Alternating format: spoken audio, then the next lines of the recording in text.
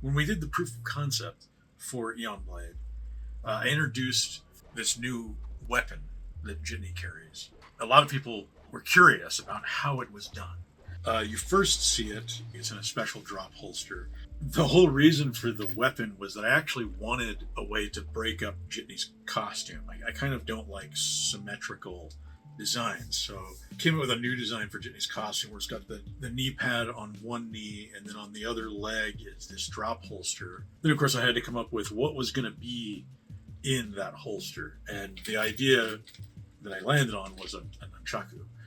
But I didn't want to just have it be that, because I didn't want to just do things that like were made popular in the past. Bruce Lee kind of popularized this weapon. So I came up with this idea for a weapon that is carried as a nunchaku like this in the holster, but then it can click together into a baton. And then once it's in that position, it can extend into 3 batons, into a 3-section staff. So there was a whole period of just internal development where I drew lots of pictures of this thing, tried to imagine how it would work, how it would be accomplished on screen. It seemed like the easiest and most believable effect that we could do is to just go back to techniques that were used by people over a century ago. Like, it's all going to just be accomplished through clever cutting.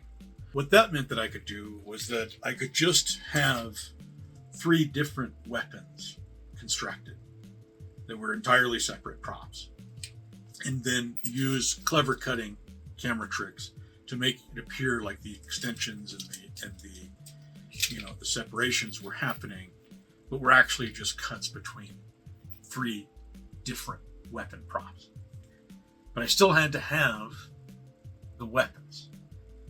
So of course I went to my friend Evil Ted Smith, who has done work for my films in the past, and he's just a close friend of mine. For example, he did the machine guns, coming out of the hood of Heracles in Danger Element, and he also played Cyborg Man that appears in that movie. His approach pretty much was to take foam training weapons that kind of already existed, but then he made foam caps for them, and then he sealed them and painted them with this very durable flex paint. And then of course I needed the holster. There was this guy by the name of Joel Zaruba who's been following my work for a long time, and he actually makes a lot of like tactical gear. And I contacted him about making a drop holster for Nunchaku. He was like, of course I can do that. And you can see it here with the weapon prop in it. And he did an amazing job. It actually, it looked nicer than this when he mailed it to me, but Cassandra, the art director, weathered it heavily before we filmed with it. It fastens with a seatbelt buckle, makes it very simple, adjustable just like a regular belt. You can see that this is the lower leg strap for the drop holster aspect of it. And of course, his Zulu nylon gear. So the kind of rule that I made up for Jitni was that he carries his weapons, but he doesn't take the weapon out unless there's a weapon drawn on him. And then from there you get the transformations. I just thought it's something new, something sort of mystifying for the audience. And it's also supposed to be kind of like mystifying for the opponent. The weapon transforms like into different functions. He's got the nunchaku, which is great for just beating on people, but then it can turn into the baton, and you can actually, solid block other weapons and things like this. Or use it like a normal sort of police baton. And then it, could transition into the 3-section staff for reach and for other just trapping techniques. And so it seemed like it could be theoretically practical, at least in Jitni's ridiculous universe. The final challenge was making sure that I was somewhat proficient with the 3-section staff, now that I had decided that was going to be shown in the film. I was decent with the nunchaku, although it was difficult to figure out how to choreograph with it, because it has its own way of moving, and it's difficult to slow down. So that was tricky to choreograph, but I knew how to use the weapon. The baton is pretty self-explanatory. I had that all figured out already.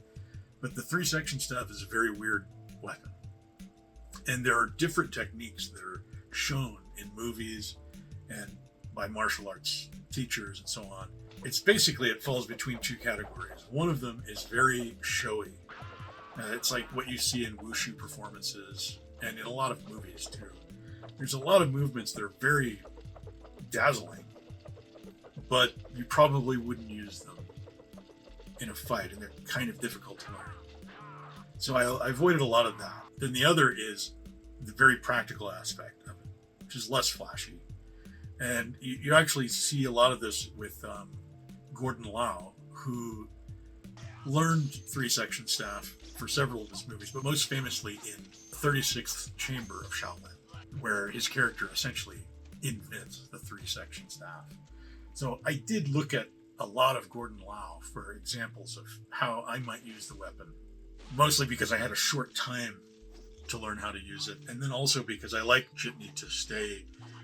It's a fantastical realm of on-screen martial arts fighting, but it's also more based on practicality, and that helps me, depending, if my health goes up and down. Sometimes I can't do bigger, flashier moves. There's always that sort of range that Jitni stays in, where I can mostly do all of those moves, and they're somewhat believable. Now, how were the weapon transformations done? Like I said, it was all camera tricks and cutting. Like, for instance, the first transition you see, Jitni spins the nunchaku down and then back up, and it clicks together into the baton. It's quite simple. I just did the same thing twice with both weapons. I did it once with the nunchaku and then also once with the baton. There's a camera move, and Justin's like very good at this, right? Like, as soon as I explained it to him, he got it right away. So you just do that same exact camera move over and over. It would follow the weapon down and back up, and then switch weapons, do the same thing. You'd follow it down, back up, and during that camera move, you could very cleverly hide a cut in there. Right, so when it comes back up, it cuts. And now it looks like the nunchaku has solidified into a baton. And it looks great. And a lot of that has to do with Justin's ability with the camera. A little bit later, Jitni is fighting a guy using the baton. And then he makes this move like this, and the baton extends into the 3-section staff. And the idea is supposed to be that these batons are all hidden inside of the single baton and all their chains. Of course, this is not possible in reality, but it looks like it happened. So I just did the move like that with the baton, and then we cut to another angle where I did the same thing, but with the 3-section staff. And I just cut at a moment where you couldn't see all 3 sections. Of course, the proof of concept is actually those scenes are included in Eon Blade as a whole. And there's a scene later where you actually see the weapon being prepared by these monks, and you see it more close up, where they pull the weapon apart, the part where the 3-section staff goes up inside of the baton. And same thing, that was all done with just clever cutting. If some of you are familiar with my work and you were wondering how that was done, I hope this answered some of your questions. So once again, my name is John. I've been making films for an untold number of decades. My first film, which was made on a shoestring budget, The Danger Element, is available on Blu-ray on my website, or you can see it on my Patreon, or I think you can still watch it on Tubi. Right now I'm in the process of a new project called Eon Blade. You can follow the progress of that film right now while actually making it possible for the project to get made by joining my Patreon, which I think you can find a link to somewhere near this video. I hope to see you there.